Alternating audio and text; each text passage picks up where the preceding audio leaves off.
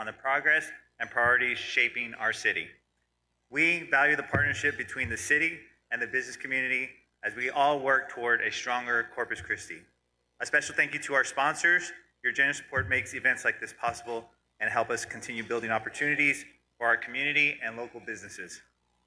And of course, thank you to each of you here today, our members, partners, and friends.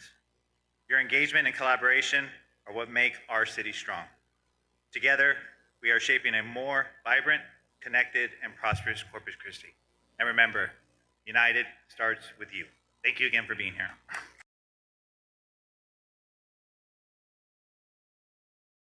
Could I get the Chamber Board of Directors to the stage for a photo with the mayor, please? Chamber Board of Directors.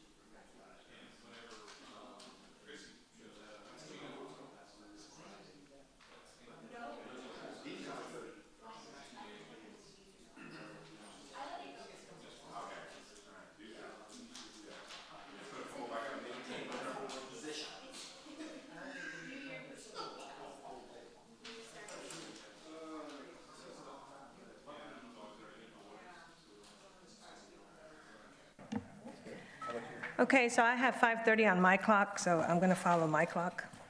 And Ms. Martinez, could you please call row? Yes, ma'am. Madam Chair, Salazar Garza. Here. Commissioner Miller. Here. Commissioner Munoz. Here. Commissioner Hedrick. Here. Commissioner Budd. Here. Commissioner Cantu. Here. Commissioner Teichelman. Here. Commissioner Esparza. Here. and Commissioner Jackson. Here. We have a quorum present to conduct the meeting. Thank you. And could you read us the rules of public comment, please? Citizens will be allowed to attend and make public comments in person at the City Planning Commission meetings. The public is invited to speak on any agenda item and any other item that pertains to the Planning Commission. Comments are limited to 3 minutes. If you choose to speak during this period, you will not be allowed to speak again when the specified item is being considered in order of the agenda. Okay, thank you, Ms. Martinez. At this time, I'll go ahead and open up the public comment on anyone who would like to come and speak. Please state your name. Jason Luby. Jason Luby, okay. I've had, Okay, so if you would like to talk on the zoning case, which is item number 6. Yes. We're going to have, you'll have an opportunity to speak okay, on that time. This is just open up public comment on anything that, nothing in particular, just to talk. all right, I do have one comment. We're talking about the schools. The people that I've talked to said they chose those neighborhoods because of those schools. They wanted their kids to go. Now they're closing the schools. I don't have any children, but I heard you mention that. Yes, sir.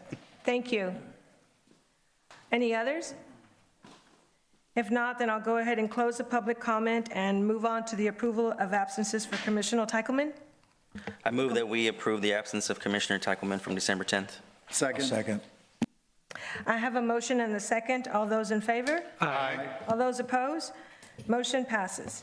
Moving on to the approval of minutes for December 10, 2025.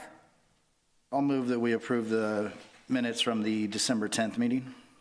Second. I have a motion and a second. All those in favor? Aye. All those opposed?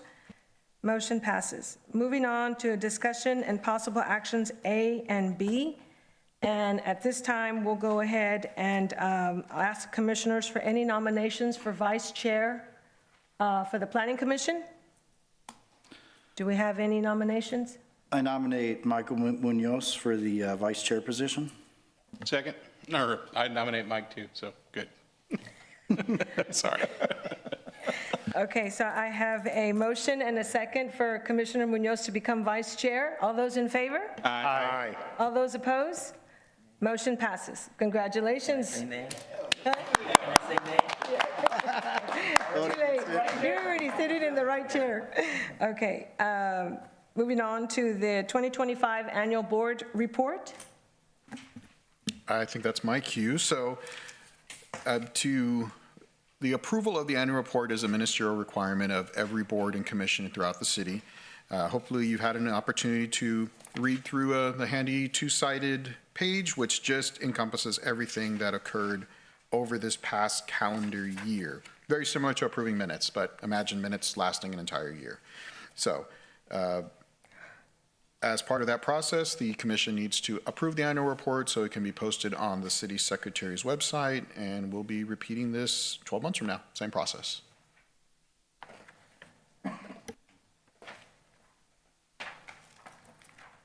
Okay, so I'll go ahead and, I don't have to open up the discussion on this, do I? You can always ask for public, I doubt there will be public comment, but you can ask for it, and then it's a motion and a second, standard. Okay, so I'll go ahead and open up the public comment on item B, if anyone would like to come and speak. If not, then I'll go ahead and close the public comment and entertain a motion or further discussion. Make a motion that we approve the publication of the annual report as presented by our lovely chairwoman, Cynthia Salazar Garza. I'll second. I have a motion and a second. All those in favor? Aye. All those opposed? Motion passes. Thank y'all. Y'all are very kind. Okay. It was just me, I'm the only one that said it.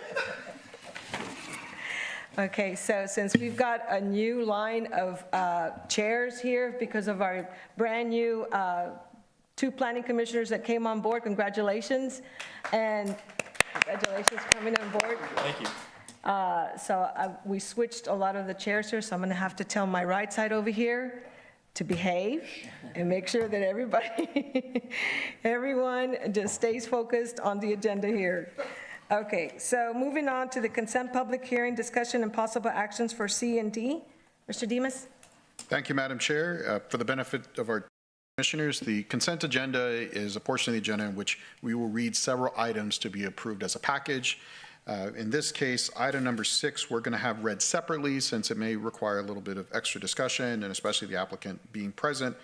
He did have some comments he wanted to raise. So I'll be reading items 1 through 7 minus number 6, which we'll hear afterwards. So starting with tonight's consent agenda under plats with letter C, we have item 2, a preliminary plat for Stripes Corpus Christi. Item number 3, a replat for Brooklyn Addition. Item number 4, a replat for Geneva Heights. Item number 5, Waldron Estates Subdivision. The plats have all been reviewed by the Technical Review Committee as well as city staff. We have found that they meet the requirements of the Unified Development Code as well as Texas Local Government Code. Staff recommends approval.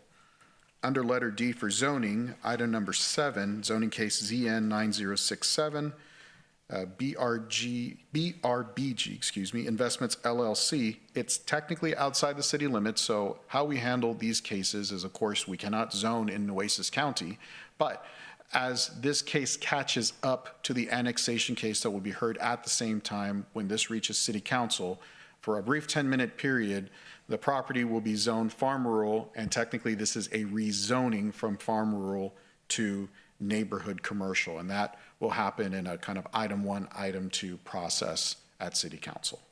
So at this time, the request is from what will become farm rural district to the CN1 neighborhood commercial district. Staff also recommends approval. That concludes tonight's consent agenda. If there are any questions, I'd be happy to address them. Thank you, Mr. Demas. At this time, I'll ask the commissioners if you have any questions for staff on items 2 through 7, with the exception of 6. If not, then I'll go ahead and open up the public discussion. What was it? Consent public hearing, discussion, and possible actions for items 2 through 7, with the exception of 6. If anyone would like to come and speak on these items. If not, then I'll go ahead and close consent public hearing and entertain a motion or further discussion.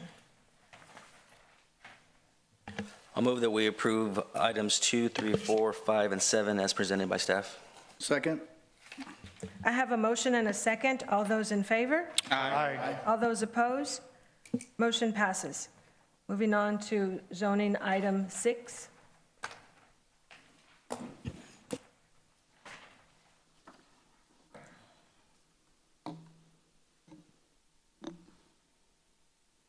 Okay, looks like it's coming up.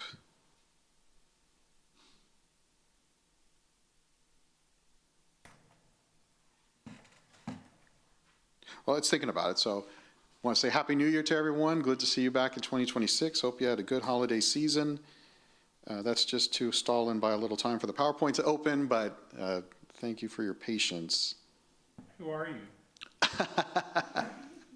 I ask myself that in the mirror every day.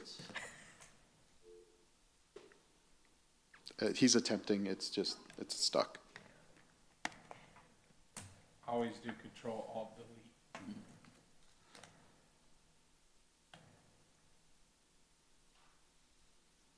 Well, I have a hard copy, so I'll get started there. That'll buy us a little bit of time.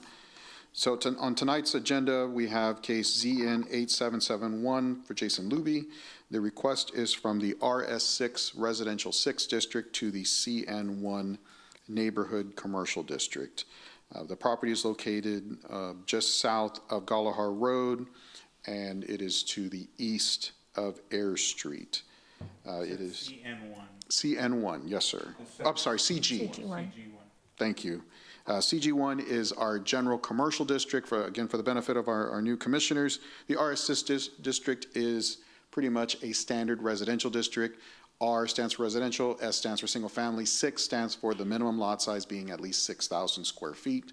CG1 is a general commercial district, which most of the city you will see in pockets neighborhood commercial. I like to think of that as somewhere the gap between your Jiffy Lube to a Walgreens. General commercial are your HEBs, your Walmarts, your more heavy commercial users, or you will see them along major corridors like Everhart, Airlines, Staples, which we're going to serve large amounts of traffic and typically move large amounts of people. You can have some pockets of CG, but you're going to find those a little bit in older neighborhoods, again, typically at street corners. So you might have CG at Carroll Lane or at Weber along Galahar intersection or at McCardle, and they're just small pockets for maybe old convenience stores. So that's where that general commercial comes from.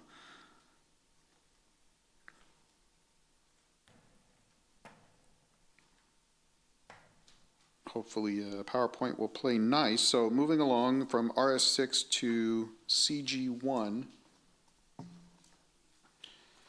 On the next slide, what we have is a comparison to surrounding property owners.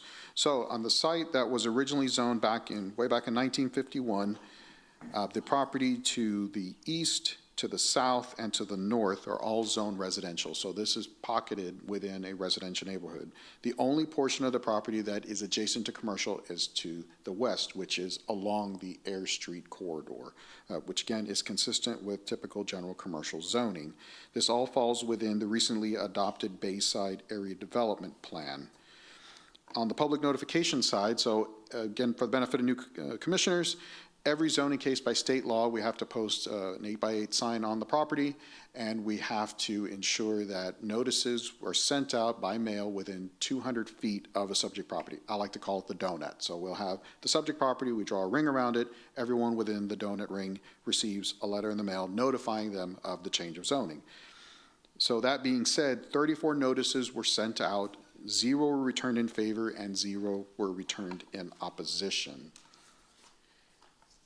Now, as with every zoning case, the UDC lays out a rubric in which we judge whether or not a zoning request is valid. We compare that against the comprehensive plan, the area development plan, and what we call the future land use map. That is, again, what I like to call the crystal ball, looking to the future if an area should change with zoning, like we will see corridors that may have some residential today. If you think of the Toys R Us corridor along Airline had old residential homes that have slowly converted into businesses.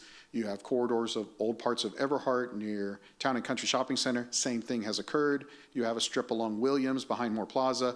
Exact same thing has occurred. Those future land use maps will say, okay, today you may be a house, but we foresee over the next 20 years you will become commercial. In this case, the property is forecasted to remain residential as it is completely surrounded, except that one side, to stay single-family residential. The proposed amendment wouldn't be conforming, so the request to go to CG1 would not be consistent with the future land use map, which in turn is not consistent with the area development plan, that puzzle piece of the city, and the overall comprehensive plan. Therefore, staff is recommending denial of the rezoning request. Apologize for not having the visuals, but be happy to address any questions that don't require a map at this time. Commissioners, do we have any questions for staff on item 6? Andrew, the one CG property that's zoned CG, it's on the, I guess the back side of that property is abutted to that lot that's in question, right? Correct. So it's CG on the air side. At Ayers and Viola, that is where the strip of CG2 begins, which stretches from Galahar all the way to, I guess that would be the freeway to 286. And everything else around that is RS6. Correct. Okay. So there's currently no commercially zoned properties on Viola? There is no commercially zoned property. What I will kind of tell you the history of this project and why I can kind of see why the request was made. So if you can remember, for many years, there was the Air Street project, and that was to install roadside drainage and make those improvements to the ditches, install sidewalks, and improve the width of Air Street. This site was used as the laydown yard for earth-moving vehicles, backhoes, Jersey barriers, barrels, all things that come in line with a road improvement project. Oh, perfect, thank you. Let's go back to the aerial. So the site, and that's why you can kind of see through the hatching some caliche type of substrate laid down because it was used as that laid down contract, but that was a finite set contract date, and when the contract expired, those vehicles of course left. The site was restored to at least be usable But on paper, it is technically still zone residential. Does Archer Drive have direct access to this property, or is it? It does not. blocked off? It fences off. Okay, thank you. The structure that's currently on the property looks to be like an old metal building, right? Was the historical use of that building for non-conforming uses? At best, it would be non-conforming. We couldn't really find any records. Of course, our permitting data only goes back to 2016, so I was relying on Google Earth to turn back the clock, and that building has been there for a number of years. I just could never tell what the use was actually originally. Got it, thanks. Andrea, back to Archer Drive, did that street ever go and intersect to Viola at one point, and it got closed, so it's always been that way? It's always been a solid strip. Okay, thank you. Has the applicant indicated what they're wanting to put there, or what type of business would go there to justify a CG1 zoning? I would say it's been an evolving conversation. So it started off with perhaps having industrial, and then it went to potentially car repair, car sales. We always try to offer as development service, and you've heard me make a joke, we try to be development services, not stop development services. So we want to find a path and facilitate to get the person, the applicant, the customer, to a goal.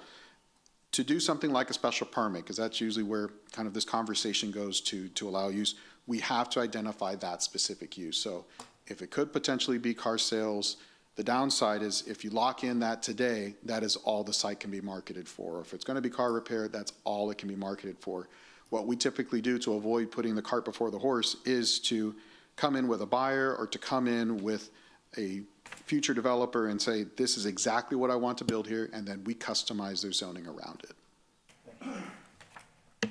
Question, do we have the ability to put a cap on the top of it?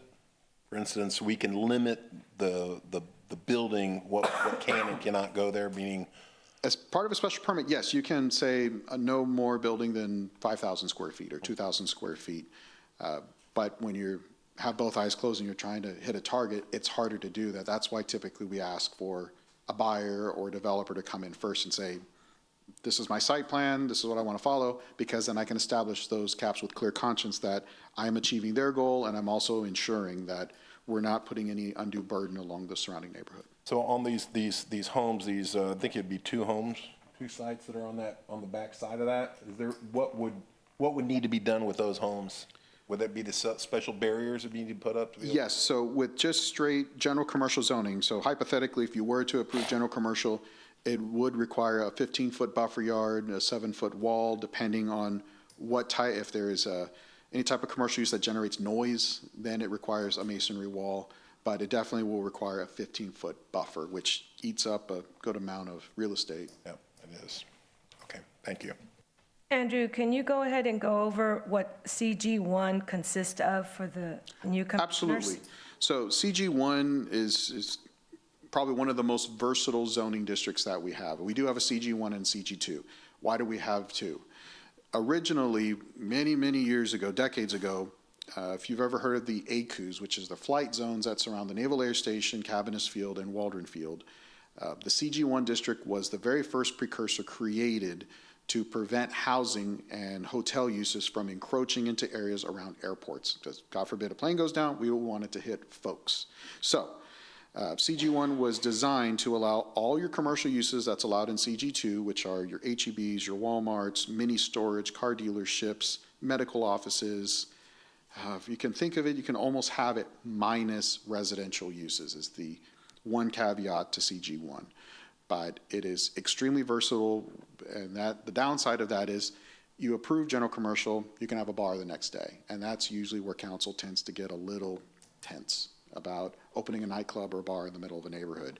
We encounter that enough tension when it's on a commercial corridor, so I can't imagine you open the door in the middle of a neighborhood. There'll probably be some pushback and questions at the council level. But nevertheless, that is why the difference between CG1 and CG2. But if it was CG2, it could allow for apartment complexes? Correct. Multifamily uses in addition to the general commercial uses? Exactly. Yes, sir. Andrew, what are the limitations on the bar? I see on the limitations under bar, tavern, or pub, it's labeled as L, So only because I just had to go through this with another case regarding TABC. The TABC requirements is if I open a bar, tavern, nightclub, and my predominant source of income is alcohol, I have to be at least 300 feet from a school, church, nursing home, public hospital, and daycares. If I serve, if my gross revenue of 26% of that is food, then I'm no longer classified a bar, I'm classified as a restaurant, and that buffer goes away. Okay. Okay, any other questions for staff? If not, then I'll go ahead and open up the discussion Thank you. for item 6.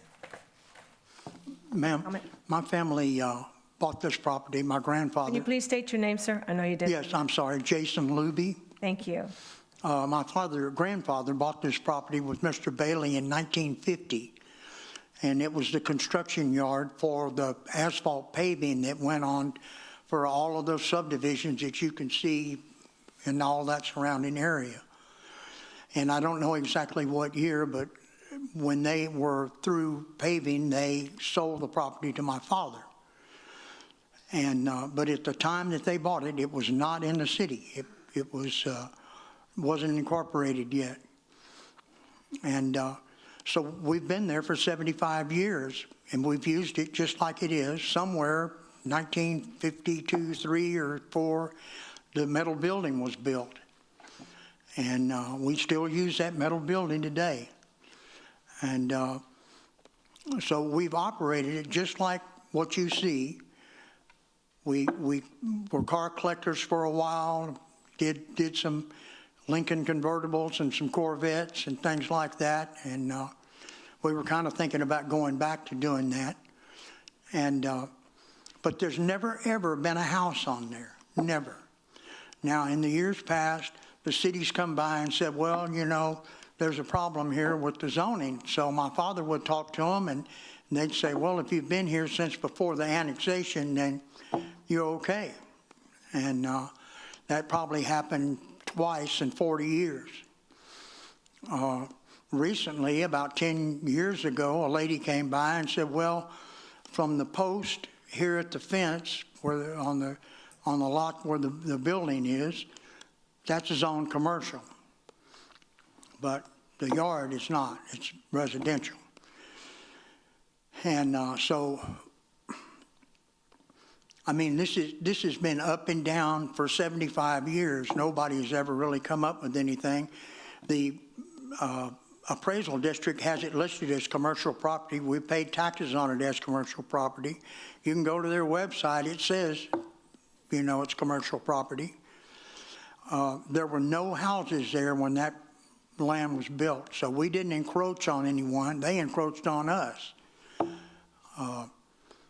In Archer Street, there was at one time, when Marvin Townsend was the city manager, they were going to run Archer Street through our property, and we came to a meeting like this, and they decided not to do it. But so I don't know. We're kind of in a quandary. If it's zoned residential, well, there's nobody going to loan any money to build anything on that property. That neighborhood is rough. I had one of Mr. Demas's men tell me, well, all the neighborhoods in Corpus Christi are rough. And I said, well, I don't think so. I said, they don't shoot guns all night and don't kill babies in the living rooms of houses, and, you know.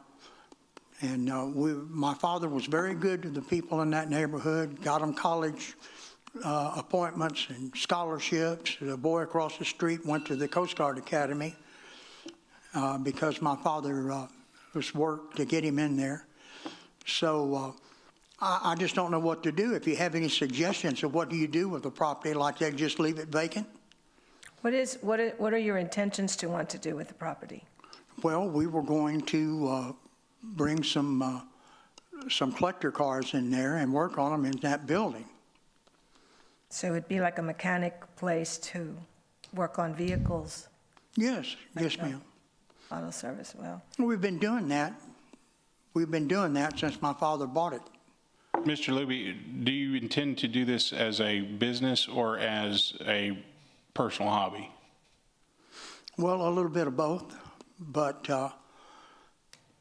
I think what the city is thinking, when they say business, they're thinking about putting a sign up and, showroom and whatever. Well, that's not the case. We've had plenty of requests for people to store cars in there, but like I said, they told us that was zoned residential, that the open lot was zoned residential. And that the building and the lot to the, I guess that's the west, that it was zoned commercial. Well, now I find out the whole place is zoned residential. So we've got bad information all these years. We've operated there without bothering anybody. And it's kind of shocking to me. I mean, I'm an old man now, and I didn't need this my old age. But, if you're going to keep it residential, I need somebody to come up with a plan as to how I can try to recover the loss of the property, because as it is, it's just going to be vacant property. I don't even know if I'm violating the law by storing my tools in that building. I think that, and I had the opportunity to speak with the Assistant Director of Development Services about this case prior to this meeting so that I could wrap my head around it. Because there is certain case law where if a building or especially if things were zoned after pre-existing structures were built and there was a blanket zoning, there is some case law that it's very expensive case law, and I doubt that you'd want to go down that road. But the primary concern that the director and the primary concern that I know that I share with the director is that this is still a neighborhood. It is a rough neighborhood. I owned 4606 Ayers, had been in my family since the 50s as well, so we were neighbors. Yeah. And so I'm well aware of how bad it's gotten over there, because I grew up a few blocks away. Went to Calvary Baptist, which is a couple hundred feet from this property. Right.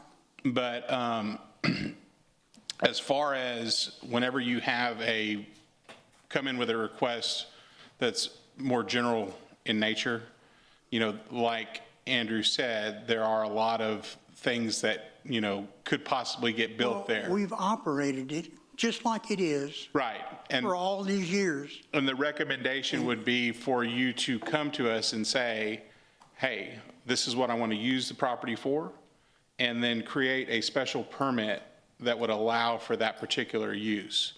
But if we just grant this as a very non-specific commercial use, you could go sell the property, or you could leave it to your heirs and somebody could sell that property down the road, and who knows what gets built there. What's wrong with that? That's an argument, I always say, and we're technically not supposed to have this kind of exchange, but with the chairwoman's. Well, because I was wanting to hear exactly what you had to say, but there are a lot of things that we're not supposed to answer as far as all the questions that you do have to ask. That is for development services to be able to. We do have some of the things that we're able to discuss with you, but you have to understand. as a planning commissioner, we are responsible to making sure that we abide by all the UDC. And these are codes that we have to follow on the city according to what they have for us to vote for new zoning, plats, replats, or whatever it is that we need to do to develop Corpus Christi in the way that it should for the growth. Right. Well, another thing that I don't understand is they built that building. I believe it was in the city limits when that building was built. How did they get a permit to build that building? Well, these are questions, sir, that right now we're not really able to answer you. We don't know what happened in the past of all the history without you, with what you're letting us know. I'm looking at a big loss. We appreciate all the things that you're saying to us as far as your family background on this property, but this is a decision that we have to get together here and discuss and find out what is the best thing for us to decide on as far as this property is concerned. I'm trying to, keep from losing money. Yes, sir, we understand. And I certainly can't hate to lose the use of the property. We've had the city come by and say, you can't park any cars there. Okay. I want to piggyback on what Commissioner Miller said. I think the recommendation or the advice I would give to you is to figure out exactly what you want to do, come back to Development Services and work with them on giving a special permit, because as a blanket change from RS6 to CG1, I know you probably don't have intentions to sell the property, but we don't, as commissioners, we don't know what's going to happen with that property, and we can only go based off the information that we have, and the information that we have is it's RS6, changing it to CG1 would open up the floodgates for a bar or a smoking tavern or a list of other things that you don't have intentions to do, but we don't know what's going to happen when you leave this room. Well, So the recommendation I would give you is figure out what you want to do, work with the Development Services, and then come back. And I appreciate what you're saying, and I will do that, but it's a hard pill to swallow after being there for I 75 understand. years. Yeah, I understand. I mean, it's kind of like a nightmare. Yes, sir. So, Well, thank you. thank you, Thank you for your ma'am. comment. Any others want to talk on item number six? If not, then I'll go ahead and close the consent public hearing and entertain a motion or further discussion. I move that we go with staff's recommendation of denial. Second. I have a motion and a second. All those in favor? Aye. All those opposed? Motion passes. Thank you. And we are just a recommending board. This is something that, you can always come back and try to renegotiate or try to work out with the city Development Services to try to get exactly what it is that you would like on that property. This will go before council, is that correct, Andrew? Yes, you read my mind. Yeah, it would occur before it reaches city council, which will more than likely be either late February, early March timeframe. So you'll have another chance to do this with city council, and they're the final approving body. Yes, I would like to do that. I would like to do that. Okay, sir, you've already spoken, so we've already, go ahead, I went along and closed the consent public hearing. So if you'd like to speak again, you do have an opportunity for the city council. I will. And they can let you know the date that is to be presented. Okay? Yes, ma'am. All right. Thank you. And this means that it's in limbo or it's residential. Right now, any decision that we make here is inconsequential because it goes before city council for final approval. And the only difference is if we approved it here and city council approves it with a simple majority, then it would pass. But because we have recommended denial, then it has to pass with a supermajority at city council. So Andrew will get with you, get you a date for the city council meeting. Okay. And you can go down there and plead your case, the mayor and the 8 council members. And then if it does not pass at that point, our recommendation, or my personal recommendation to you, would be to go to Andrew and discuss exactly what you want to do there, create a special permit, and so that way you can notice your neighbors and say, hey, I'm just going to be turning wrenches on my Lincoln, and they can say, okay, that's fine, and everybody understands exactly what's going to happen there. Well, it's been happening for 70 years. So they shouldn't have any issue with it. So That's what I was telling Mr. Demas. I said, we're not going to change anything. We've been doing it all these years. Yes, sir. You're the one that's asking for change. We didn't change. Yes, sir. We've been there since before it was even incorporated. All right. all right, well, Thank you. we appreciate it, and we'll get you fixed up. Let me ask you, is there any loan programs available that if we had to stick with residential that we could take what we have off of there and That would be a question. That would be a Build question for Development multifamily? Services, sir. That would be a question for Development Services. After this meeting, Andrew and I will be happy to chat with you about that. yes, do that, please. Okay. Thank you. Thank very you. much. Appreciate it. Thank you. Moving on to Director's Report. Thank you, Madam Chair. The only item for tonight is to welcome our 2 new commissioners, Michael Esparza and Jason Jackson. Welcome. Welcome aboard. And Okay. as I mentioned to them before the meeting, we will be scheduling our usual orientation that all the rest of you have gone through to kind of give you, give you the crash course in zoning, plating, and everything else that comes in between. But thank you all for joining. Welcome aboard. All right. Moving on to future agenda items. Any? Andrew? No future agenda Sorry, items? just making some notes. No future from us thus far. Okay, if not, then meeting's adjourned. Now I have to pay attention to it.